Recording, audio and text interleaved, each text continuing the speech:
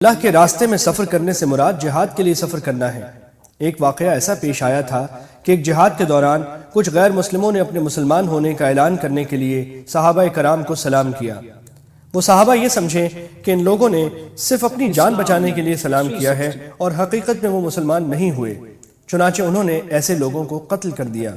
اس پر یہ آیت نازل ہوئی جس میں یہ اصول بیان کر دیا گیا کہ اگر کوئی شخص ہمارے سامنے اسلام لائے اور اسلام کے تمام ضروری عقائد کا اقرار کر لے تو ہم اسے مسلمان ہی سمجھیں گے اور اس کے دل کا حال اللہ پر چھوڑ دیں گے۔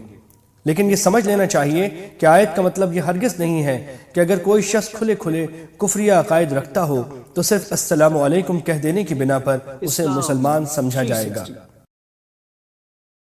یعنی شروع میں تم بھی غیر مسلم ہی تھے، اللہ تعالیٰ نے فضل فرمایا اور تم مسلمان ہوئے، مگر تمہارے زبانی اقرار کے سوا تمہارے سچا مسلمان ہونے کی کوئی اور دلیل نہیں تھی، تمہارے ظاہری اقرار ہی کی بنا پر تمہیں مسلمان مانا گیا۔ یہ اس حالت کا ذکر ہے جب جہاد ہر شخص کے ذمے فرض عین نہ ہو۔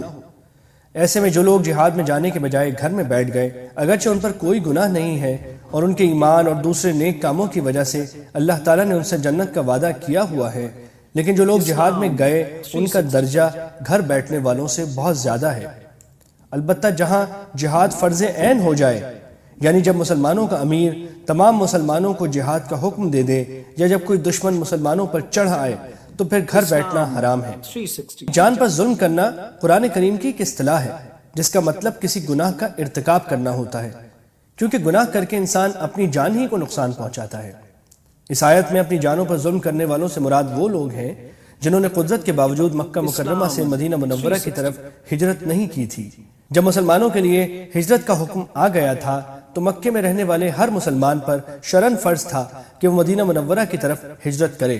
بلکہ اس کو ایمان کا لازمی تقاضا قرار دے دیا گیا تھا، اور اگر کوئی شخص قدرت کے باوجود ہجرت نہ کرتا تو اسے مسلمان قرار نہیں دیا جاتا تھا۔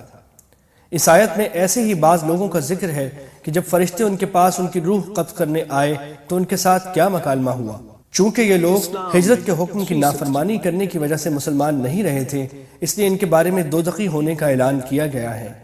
البتہ جو لوگ کسی مجبوری کی بنا پر ہجرت سے قاصر رہے تھے، ساتھ ہی ان کا استثناء بھی کر دیا گیا ہے کہ معذوری کی وجہ سے وہ قابل معافی ہیں۔